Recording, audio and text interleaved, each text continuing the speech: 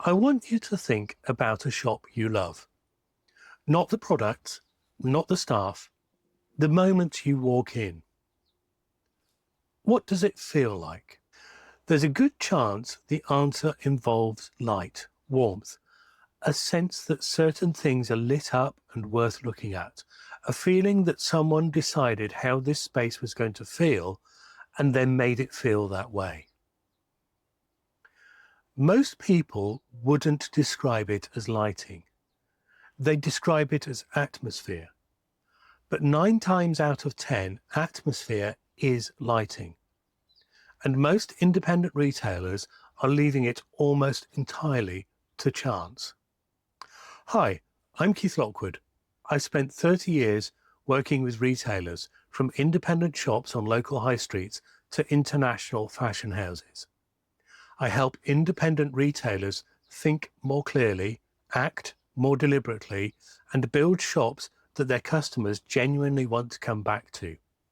Less noise, more clarity. Last week, we talked about the high street, why some towns are thriving and others are struggling, and what an independent retailer's role is in that story.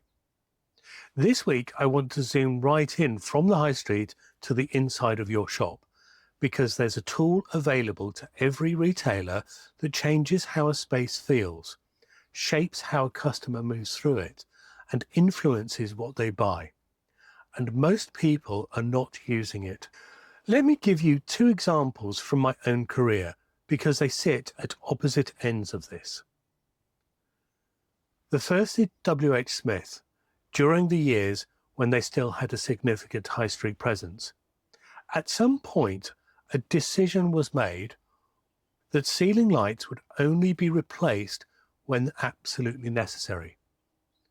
Over time, the effect was patchy, inconsistent lighting across their stores, some areas well lit, others noticeably dim. And here's what customers started saying, years before those stores eventually closed, was some version of, "It just doesn't feel like they care anymore." The lighting was an unwritten code, a signal customers read instinctively without being able to name it.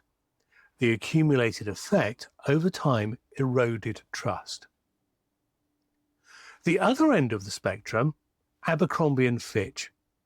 Whatever you think of the brand, and it is deliberately, consciously not for everyone, their lighting has always been as carefully considered as their store design and their product selection. Dramatically low ambient light, precise spotlight on specific product moments, a sensory environment that is wholly, intentionally and completely consistent with what the brand is saying about itself. Youth-oriented, confident, entirely knowing about what it is. Same principle, opposite execution. But both companies demonstrating the same truth. Lighting is not a practical detail, it is a message, and your shop is sending it whether you've written it or not. Here's how I break it down when I'm working with retailers. Lighting has 3 jobs, and most shops are only managing one of them. The first job is atmosphere, warm light, roughly 2,700 to 3,000 Kelvin, if you want the technical reference. It creates welcome, comfort, intimacy. Cooler light creates clarity. Neither is right, both are choices. The question is whether the atmosphere in your shop is something you choose or something that was decided by whoever installed the fitting years ago. The second job is direction. Customers in a new space are looking for cues. Where do I go? What do I look at first? Lighting answers both questions without a word of signage. A brighter area at the back of the shop draws people in. A pool of warm light on a display makes it a destination. A shop with uniform lighting everywhere has surrendered that opportunity entirely. The third job is emphasis. This is the most underused. Focused, angled spotlighting on a specific product or display says, without words, this matters. It creates a hierarchy. In a well-lit shop, the customer's eye goes to the lit products first.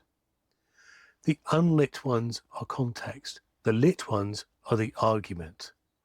If you haven't decided which product should be making the argument, your lighting hasn't been given the job.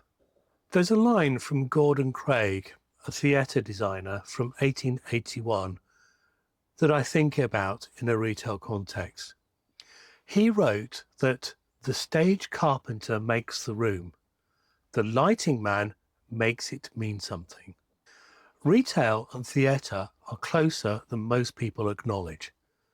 Both create an experience in a physical space. Both need an audience to be drawn in. And both use light not just to illuminate, but to direct attention, create feeling, and tell a story the visitor experiences without quite knowing that they're being told one. Your shop is a stage. The question is whether the lighting is part of the production or an afterthought. Here's a practical exercise. I call it the walk-in test. It takes around 20 minutes and costs you nothing. Step 1. Stand outside and look in before you open. Where does your eye go first? If it goes to the ceiling fixture rather than products, the lighting is doing the wrong job. Step 2. Walk in slowly, as a stranger would. Notice where your eye moves in the first 5 seconds. That's instinct. Lighting is guiding it whether you planned that or not. Step 3. Find your 3 brightest moments in the shop. Are they the 3 things you most want customers to notice? If not, you have a mismatch. Step 4. Find one thing to change this week. Not a rewire, not a lighting designer, a clip-on spotlight, a repositioned lamp, a warm white bulb swapped in a key lighting area or display area. One thing, notice what it does. Step 5, ask a fresh pair of eyes, a trusted regular, a friend, a partner. Ask them to walk in and tell you what they notice first. The gap between what you expect them to say and what they actually say is where the work is. We've been building through this series a theme of competing with online while building local connections, and lighting sits at the intersection. Online can show you a product in perfect studio conditions. It can't make you feel something the moment you step into a space. That sensory first impression, warm, deliberate, considered, is one of the things that make a physical shop genuinely irreplaceable. It's part of why people make a journey rather than clicking from home. WHSmith's lighting told customers something was fading, slowly and without announcement. Abercrombie's lighting tells customers with every visit exactly what kind of world they're entering, and both messages landed. Your lighting is telling your customers something right now. The only question is whether you've decided what that something is. If you want to work through the customer experience factors that bring people back, and lighting is a part of that picture, the Retail Profit Finder in the link below will help you with that. It takes about 15 minutes to fill out, and it will direct you as to where to place your attention. And Chapter 2 of The Reluctant Retailer covers the full principles of product presentation, display psychology, and visual environment, with lighting as a central thread throughout. Again, the link is in the description below. Next week, we'll look at when footfall drops, how to deepen relationships with the customers you already have, and why that strategy, done well, is more powerful than almost any new customer acquisition. Subscribe so you don't miss out. I'm Keith Lockwood. Thank you for attending, listening, watching. See you next week. Take care. Bye-bye.